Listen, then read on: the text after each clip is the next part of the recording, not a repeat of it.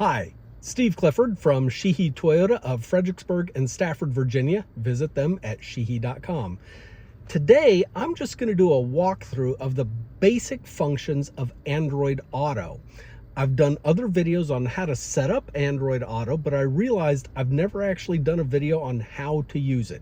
Now, if you are experienced with this, this is not the video for you. This is for the beginner. This is for somebody who hasn't used this kind of technology before. So I'm just going to walk you through the basic functions right now. So first of all, on your screen, you're going to see that you have this little symbol showing up. That means that Android Auto is active. Touch that little symbol and it's going to come up with this kind of two-panel display area. You have a map here, and then you've got a couple of things over here. It's got some messages, it's got some music stuff. But if you want to see all of the apps that you have access to, you hit this little grid button here. Now that shows all of the apps that are on this phone that are compatible with Android Auto. Now, my associate's helping me out with this. If she were to add, say, Pandora or iHeartRadio or different apps like that, they would start showing up here. But right now, these are the ones that she has. Let's talk about the maps first of all. So this is Google Maps, and if we want to set a destination, it doesn't even matter what screen we're on. We could be on anything in here. But if we hit this little button and hold it down for 3 seconds, it activates the Google Assistant. Now, a couple of things with that. The Google Assistant is listening for specific things, and sometimes she talks too quick and it might take a couple of tries. Even if you're experienced at this, it might take a couple. But if you speak clearly and quickly after the beep, it works pretty well. So watch this. I'm going to hold this for 3 seconds. I need directions to 95 Garrisonville Road, Stafford, Virginia. 95 Garrisonville Road is 26 minutes from your location by car and light traffic. So that works pretty quickly. And now that is set as our destination. And if we hit the little X, it'll go out of it.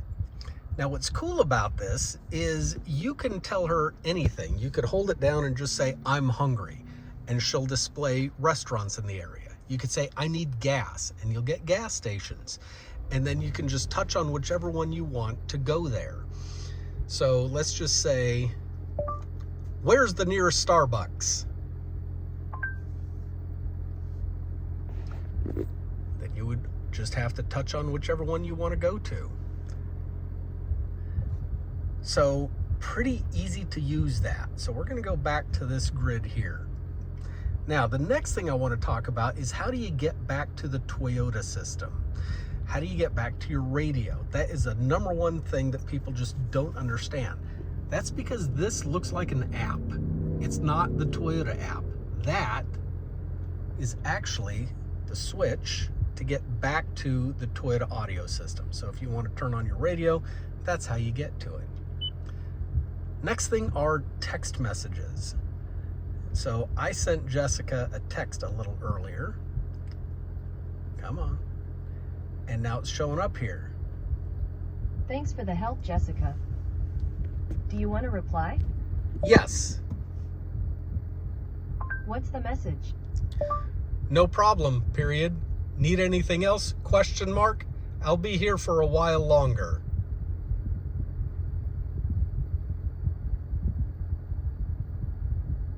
I got, no problem. Need anything else?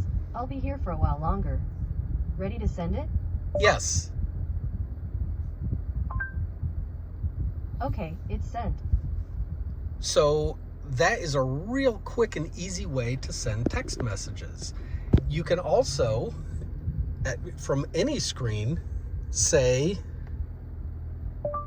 send a text message to Steve Clifford.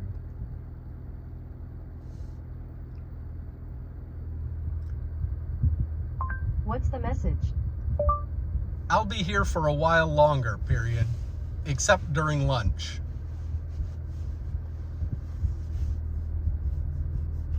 I got, I'll be here for a while longer, except during lunch.